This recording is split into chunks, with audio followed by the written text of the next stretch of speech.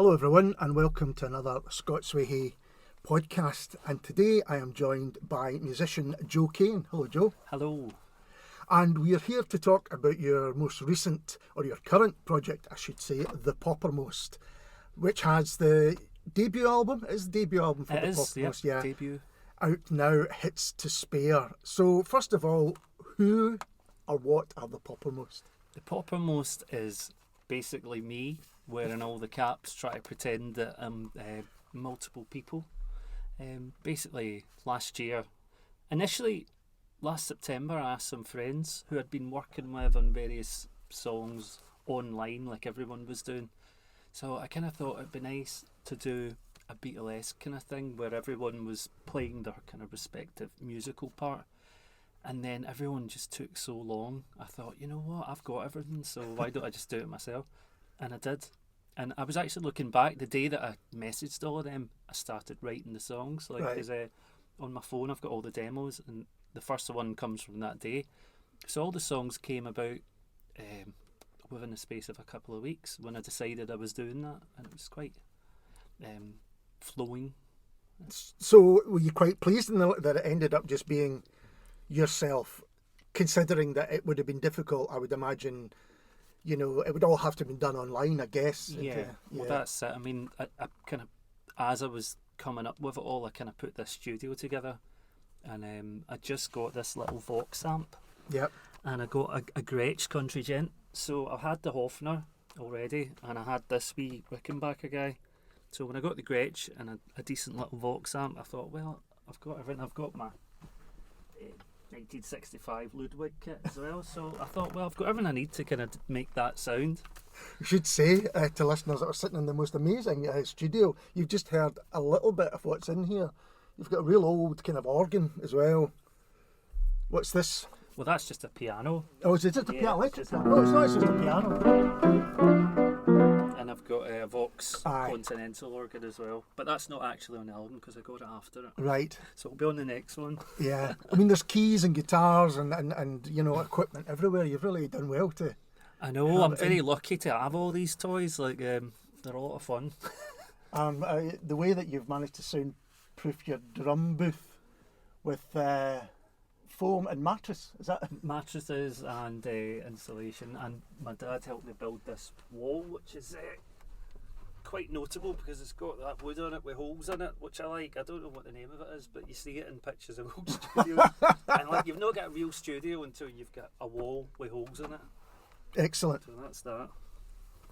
So how did the idea of the album come about? You know, it's very much 60s influenced. Well, I think for a long time I thought I wanted to make an album that was very overtly Beatles, because that's my kind of musical language, you know. Yeah. And when I was a kid and I got into the Beatles, that's how I learned to play guitar and drums and bass. It all stemmed from that, so that's always been the kind of main thing for me. And songwriting, you know, was from them. So I always thought, when I've got all those instruments, you know, I'll do something like that. And it just kind of happened during lockdown last year. It wasn't like, oh, I'm making a lockdown album. I just happened to get all of those kind of basic musical ingredients. And then, you know, that was it. All the songs. When I decided, I was actually making another album last year under my Radiophonic Tuck Shop moniker, and it was a concept album about a guy that invents a telephone that can call the past. So I was about 80% finished with that, but I ended up I seem to have this problem where I start going round in circles, find it quite hard to finish something. So last August, I kind of decided, you know what, I'm just going to leave that just now. And as soon as I did, I started getting the kind of ideas that became this. So sometimes it's good just to kind of leave something if you're not getting anywhere with it, because it can pull you down, you know, pull you back. Because you've done a lot of projects over the years, and maybe touch upon some of those later on. But what I'm feeling is that, and I'm seeing some of the equipment here, is the authentic nature of, I mean, using the equipment that was used originally. Is that right? Is that what you were trying to... Yeah, I mean, as far as, it's not like a purist thing.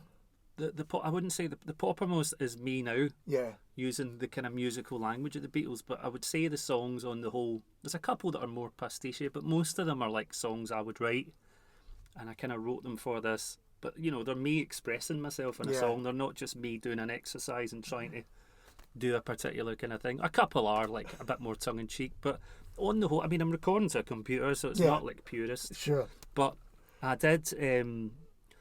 I've got this wee analog. Sorry, I'll show you. This is the wee desk I mix it on. So I just send everything out to 4 tracks. So I kind of mix it as if it's a Beatles mix, analog. So track 1 would maybe be drums and a guitar, track 2 bass and percussion and whatever, then vocals and other stuff with effects. So I kind of mixed it really basic, and that's what helped me to finish it. Because if I'd have been doing it in my kind of usual way, I don't think I would have finished it. And I've used these crappy little Boss compressors, which are great. Like, I just put all the drums through one of them and just smash it. And seems to work. Excellent. So was the studio built for this project? Yeah. Originally I put this together about 2 years ago. Like, I done all the walls. It's basically a big garden shed. Yeah. So I filled like the frame with that stuff. Yeah. And then I covered it in plasterboard, and then that was it really. And I started playing some drums, and my previous neighbour, they're gone now, she went absolutely mental one day, and it was quite early in the morning. She came round and gave me a piece of her mind, and I was a bit like, oh my God. So I kind of moved back in the house with like the computer and all that, and just stopped drumming. And I was using a remote drummer for a while who's very good, a friend of mine called Joe. And then last year, when I started getting the idea for this, I thought, you know what? They kind of the neighbours like done another couple of things that wasn't very nice. And I thought, you know what? Fuck them. I'm going to play my drums. So I done this at least. And then I seemed to get away with it, but then they moved out, which was great. So they're gone. And I'm playing the drums in my garden shed. And the neighbours are. Anyway, I moved back in here and started kind of, kitting it out to do it the way I wanted. And it took me a month or two to because in the very early recordings of the Poppermost stuff, when I started, the drum sound wasn't as good. Right. So I'd done a few, changed the sounds, improved it, and I went back and redid a couple of bits. But that was all like maybe a month or two that I'd done the bulk of it over. So it was a very quick and cathartic process. It was just like, this is great. The reason I ask about the authenticity of it is looking at the album cover. It's very much off the time as well, and you've got some pastiche little labels and things like that on it. Was it important to you to have that running through it, or was it just a good fun thing to do? Because even the font that you use is, very much off the time. Well, that's it. I mean, it is fun. It is fun for me, and I do like to try and kind of approximate the designs. And then I'm quite into the graphic design aspect of a lot of 60s records and the way that they put them together.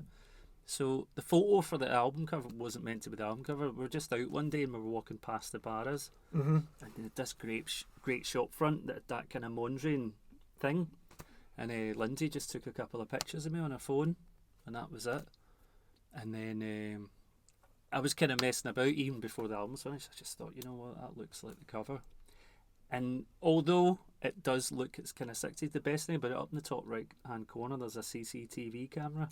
And a bunch of people says, oh, you're going to Photoshop that out? I was like, nah, no way. Yeah. Like, that kind of lets you know when you are. It's like, it's cool at 60s, but they're watching, we're right in the here and now.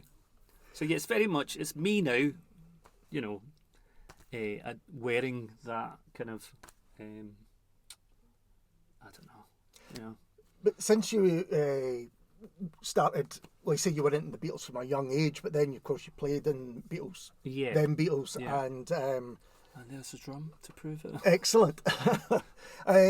So was this idea to take that music but make it your own, something that you'd wanted to do for a while? That's it. Like for the whole, them Beatles lasted about 6 years, and then after that, up until lockdown, I was kind of playing with other bands. So I think it was a way for me to take back the thing away.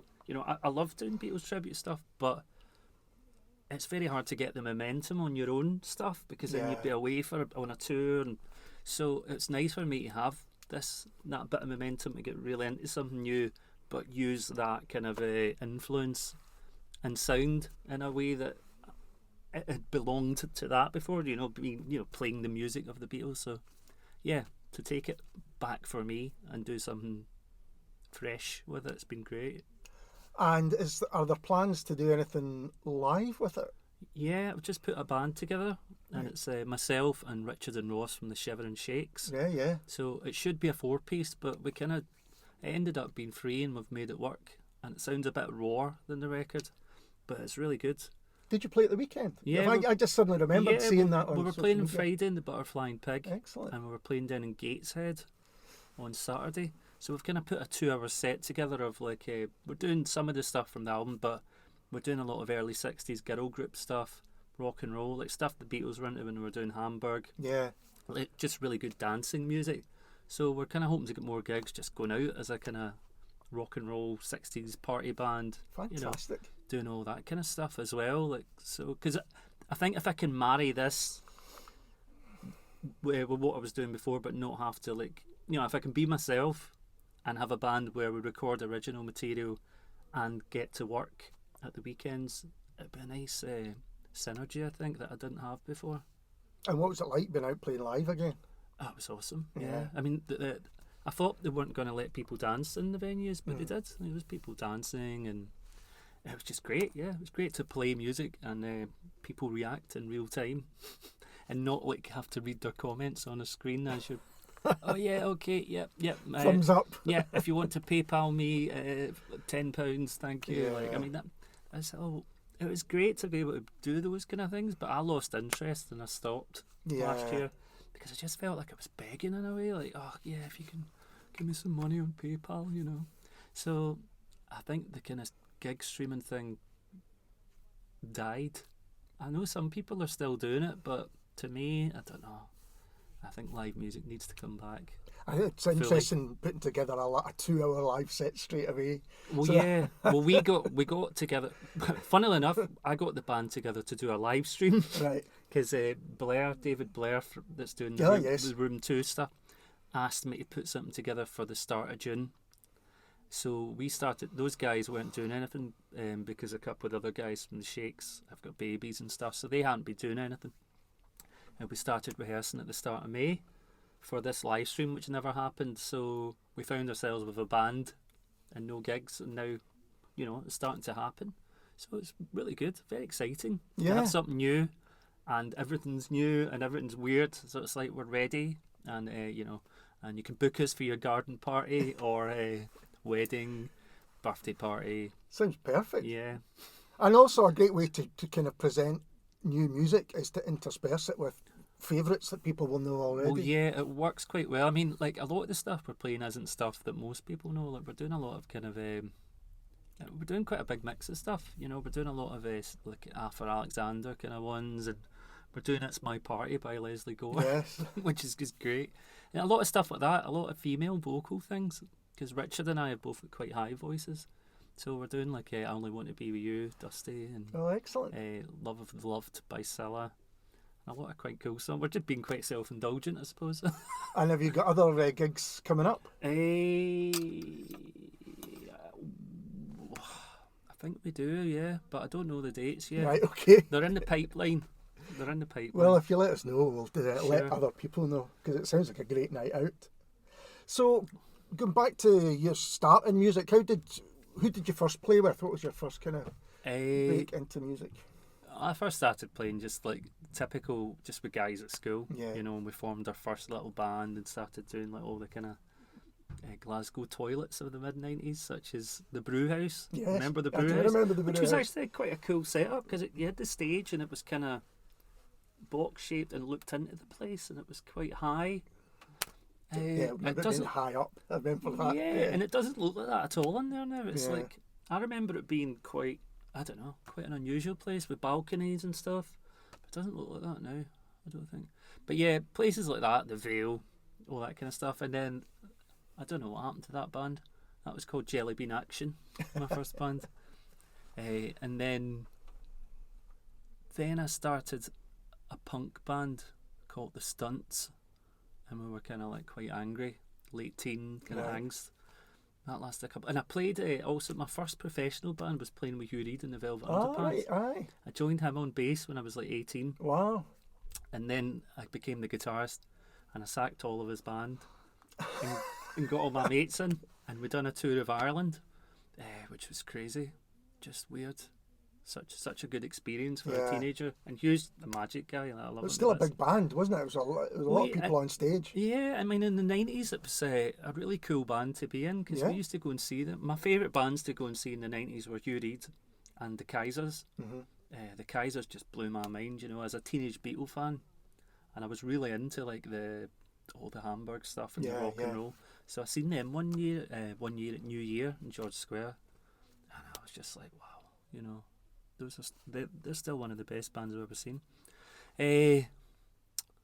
So yeah, what happened after that? Oh yeah, and then in 2002 I met a guy called Nick Denholm, and he was like a keyboard player songwriter from England. Right. And I met him doing this actually. He interviewed me for a student magazine because I just started a little record label, and we became really good friends because he was into the Beatles and stuff, and he was just an incredible songwriter. So we started a band which was called the Owsley Sunshine, which was a kind of psychedelic garage pop type thing. And that was around about when I got serious about recording. So I got myself my first kind of computer and a really crap mixing desk and just plugged it in the back, and like straight into like just like the, you know, the mic socket, so you could get to a stereo left and right. So I made like 2 albums like that. And we put them out ourselves and stuff, and then I kind of I got a slightly better computer after that, and we made a double album, right, which was great, but it took ages to make, and that was my first experience of not being able to finish something because it was driving me crazy, like the mix and all that. So that album ended up taking 2 or 3 years, and then that band kind of fell apart, unfortunately, and I kind of made my first solo album as only Joe Kane, because people always said, you Joe Kane. I was like, I'm only Joe Kane. Oh, so right. I kind of all my life, so I reappropriated it as my solo moniker and made an album under that, just myself. So that was my first, I suppose that's where I'm at now, well, on that album anyway. So that was the first time I did that, playing everything kind of vibe. And then I got married accidentally, and I moved to Isla. Right. So I was over there for about a year, and that kind of imploded as well. And then I come back here, and I just hit 30 and moved in with my mum and dad again for the first time since I was like 19, and that was terrible. And then them Beatles happened out of nowhere, so me and those guys got that together.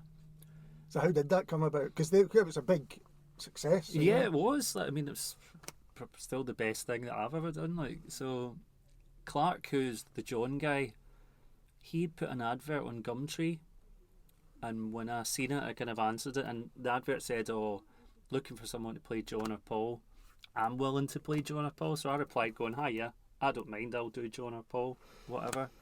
And then it took a while, and then Clark and I realised we knew each other because we'd met. I'd put his band on a couple of years before, and so that got together very quickly. We started gigging around, got a theatre show together, met various promoters who were all scumbags, and went, we got to tour. We went to Canada, we went to South Africa, Australia, Dubai, Singapore, tons of places, and that was cool.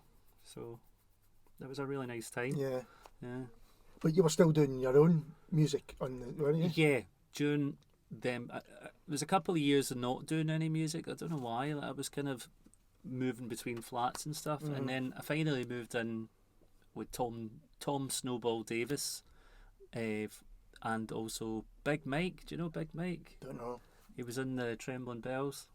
Oh right, I do know you mean. I moved in with them for a couple of years, and I kind of got a recording set up again, and then I started Dr. Cosmos Tape Lab with Stu Kidd.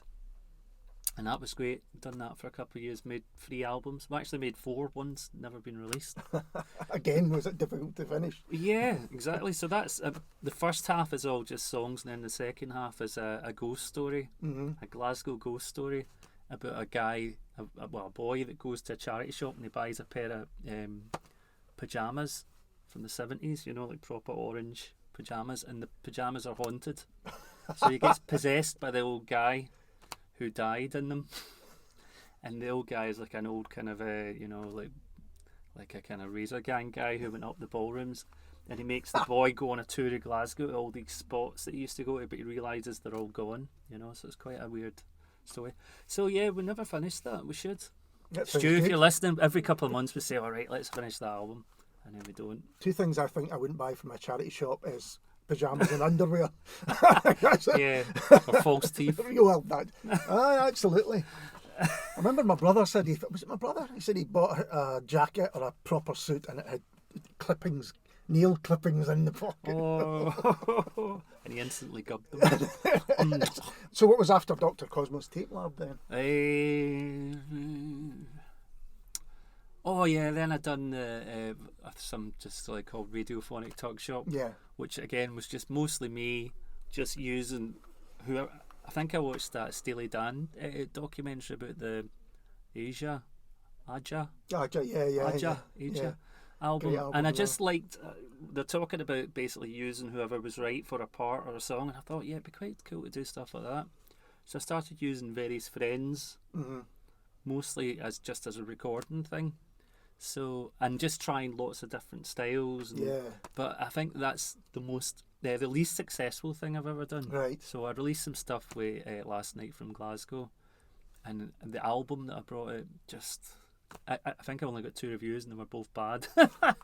It's the only time I've ever been panned, so I think I was quite like, because I thought it was quite good. Yeah, I still think good. Still think they're pretty good. They are, absolutely. But yeah, like I think like a lot of the people who knew me for doing 60s kind of stuff didn't like that it was like 8-minute long 80s pop belters on it, so they were not very favourable to that. But I'm still proud of that stuff. So you should be. Good, and during that time you were collaborating with it, you were on other people's records as well, weren't you? Yeah, I was doing a bit of production with Douglas on a couple of BMX Bandits songs and Carla and that as well. So yeah, it's a good wee productive period. It's interesting what you say about folk expecting, being a fan of you because of what you'd done previously in terms of style. I wouldn't have thought that would have mattered. I thought people would think that you cross all these different styles, but maybe the a lot of folk don't. With the kind of stuff that I do, like my old band, like the band I first got attention for, Dowsley Sunshine, was a band that was obviously very 60s. I think with a lot of other influences as well, but we kind of caught the ear of like Shindig magazine, and we were more popular like to guys that buy records in America. I say guys because it's predominantly middle-aged white males who buy stuff that sounds like 60s music. Not exclusive to that, but mostly it is, so they're the kind of guys that bought the stuff that I make, and then my solo stuff, and then Dr. Cosmo as well, Japan and Europe and stuff. And I've never been that big on the Glasgow scene, Like I've never really had much. Well, I've got a bit of a following here, but for someone that's been going for 20 years, I don't really have that. Because I've never really courted the indie side. Yes. I suppose being with Last Night from Glasgow was the closest I've come to that. The people who previously knew me for making 60s influenced pop of some kind. Well, I think there's still a lot of that on that album actually, so it's kind of Anyway, I think like 180 song and you're done with that crew. You do 180 song exactly, and they never forget. But am I right in thinking Hits to Spare is coming out on an American label? Yes, it's a fairly new label. Right. It's a guy called Roger Hoodale, who's a really nice guy, and he's been making records for years as ex-Norwegian. Right. He's quite big on the power pop scene as well. Like he's done quite well. So he just started this label, and he was doing mostly reissues of 60s and 70s stuff, and he's put out some cool stuff. He put out Ollie Halsall, his solo album. He was like the guitarist for Kevin Ayers. All right. And he was also the real Dirk McQuickley from the Ruttles. Really? Yeah, he's the guy that done all the Eric Idle parts, the singing and the bass playing. That's Ollie Halsall. Wow. But he's dead, unfortunately. And he was also the guitarist in Pato, which also featured the drummer from the Ruttles, John Halsey. So yeah, he released like a very cool album of his stuff, and he released the UK psych band Kaleidoscope. Right. He released a compilation of their stuff, and he's just about to release the new Os Mutantes album, Right. which is really cool. Yeah. So yeah, I think he got in contact with me Right. because he was doing a compilation album, a Liverpool singer called Jimmy Campbell, Okay. and it was like his band but featuring different singers. So I think he kind of found me online because he'd seen that I was a fan of Jimmy Campbell, asked me to do a song on that, and we kind of became friends because of that. And then when I started posting stuff about, I'm doing this Poppermost thing, he was like, oh, I like this, I'd like you to release it. And I was like, all right, cool. Because I was going to release it just as a CDR kind of type album. I started it in September and I was going to release it in November, December. So I'd kind of finished a version of it, which I was getting ready to kind of mix and master and stuff. And that's when he kind of came along and went, oh, I'd like to do this. And then it becomes 6 months because you need to go and get stuff. So it gave me another couple of months actually to refine it a bit. I wrote a couple more songs, and originally I was mixing it all in the box in the computer, but I got this wee desk and some of this stuff, and I started just try kind of mix it on 4 tracks, very simply, and kind of do the weird panning stuff like you get on all the Beatles stereo records. So that's the kind of, all the drums are over there and all that weirdness. So, but it gave me a kind of totally different. I think this is the first project I've ever done where I've managed to successfully separate like being producer and being performer, because usually I get kind of caught somewhere in between and start stressing about things, but I kind of removed it and let myself record myself in a weird way that I hadn't done before. Right. It became easier. So just changing my mindset, and also I don't know, I was microdosing as well, like magic mushrooms for a while, and they actually really helped.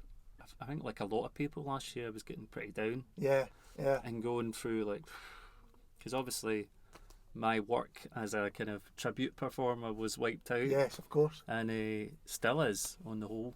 So last year, the first couple of months of last year, I just thought, right, it's party time. Right. I'm off for a couple of months. I had a bit of money in the bank. I was on tour for ages before this. And it was just like bevying, staying up all night for ages and ages. And it was like, right, cool. Okay, we're back to work in June, July. Then that came round, it was like, that was not happening. I think a lot of people were the same. I look back in that period now and you think, oh, it's 4 o'clock in the afternoon, I've got nothing to do, I've a wee stiff now, no problem at all. It just felt like it was going to be something.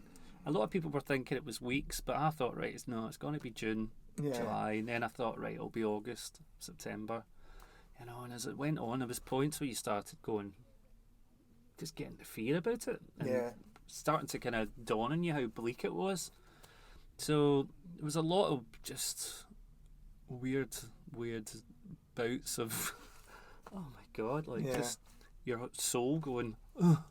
And I stopped like partying as much in the house. No, but that's I know exactly what you mean. Bar.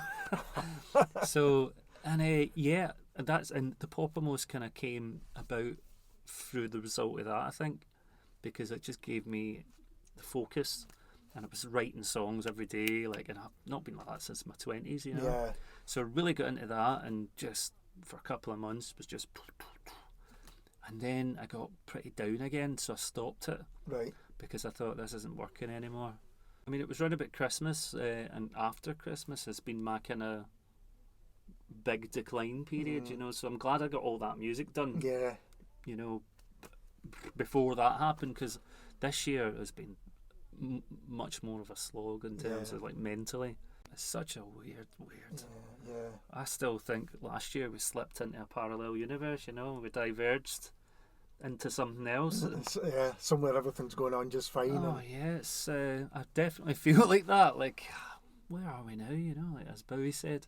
So we're finishing the album, and do you see that then after the year that you're talking about, getting the album out, and does that seem like a kind of, that was the end of that? That almost defines that year for me, because it was a real help to get through it. And the one thing I don't want to do with this album is kind of attribute it to being a lockdown album. Sure. I'm kind of like, I think I would have made an album with this anyway at some point. It just happened. It might have been made in a different way, but you would have made it. Yeah, totally. And I think very much that I'm glad I'm now at this point where this morning I just posted all the kind of pre-orders out, and I was thinking, right, cool, because I've been trying to write stuff for the next thing, Yeah.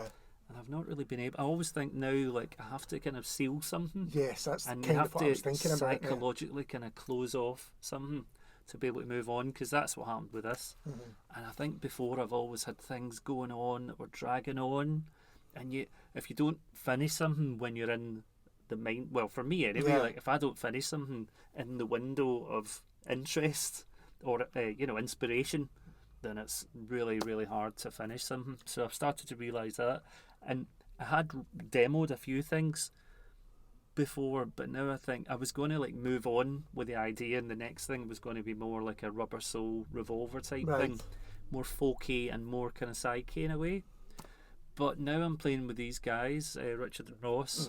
They're really, really rocking R&B guys. Yeah, And definitely. we're really, it's sounding more like that vibe. So I'm thinking, well, maybe I should write for this.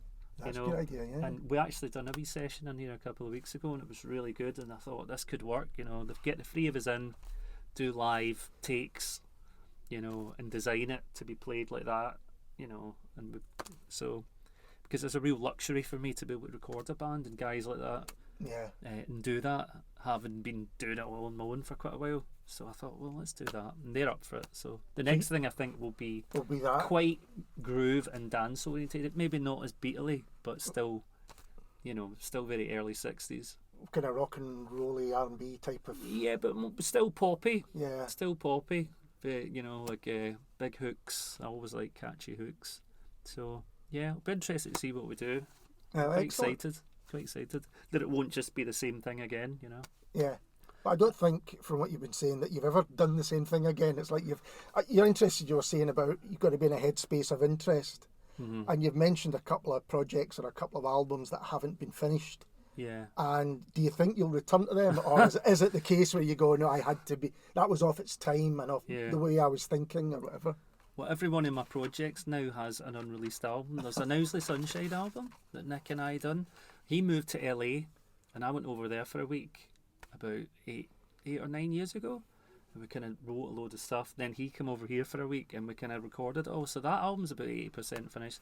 And then there's the Dr. Cosmo one I was talking about, and now there's the Radiophonic Tuck Shop one, and they're all about the same stage. They would all like need a week, 2 weeks tops.